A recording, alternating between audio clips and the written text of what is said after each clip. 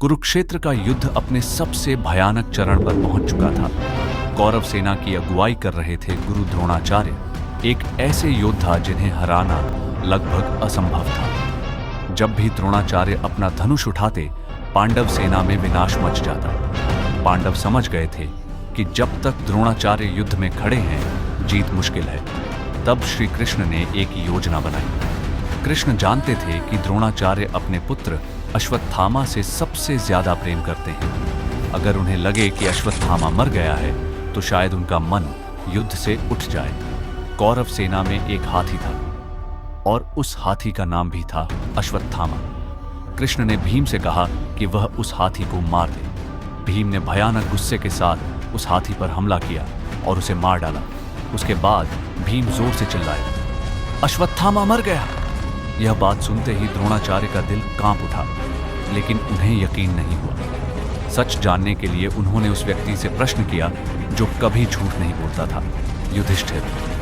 द्रोणाचार्य ने पूछा, युधिष्ठिर, सच बताओ, क्या अश्वत्थामा सच में मर गया? युधिष्ठिर एक कठिन धर्म संकट में फंस गए। एक तरफ सच बोलने का धर्म और दूसरी तरफ युद्ध जीतने की मजबूरी।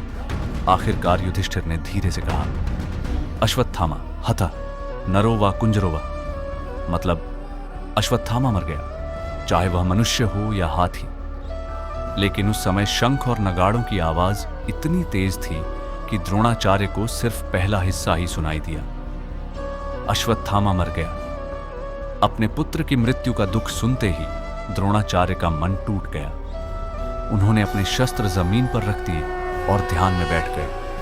इसी पल का इंतजार कर रहे थे पांडवों के सेनापति और द्रौपदी के भाई धृष्टद्युम्न, जो अपने पिता राजा द्रुपद के अपमान का बदला द्रोणाचार्य से लेना चाहते थे। और उन्होंने निराश और निशस्त्र द्रोणाचार्य का वध कर दिया। कुरुक्षेत्र का युद्ध आगे बढ़ गया। पांडवों को एक बड़ा फायदा मिल गया, लेकिन इस घटना की कीमत भी चुकानी पड़ी, क्योंकि महाभारत के अनुसार इस एक झूठ के लिए युधिष्ठिर को एक दिन के लिए नरक जाना पड़ा।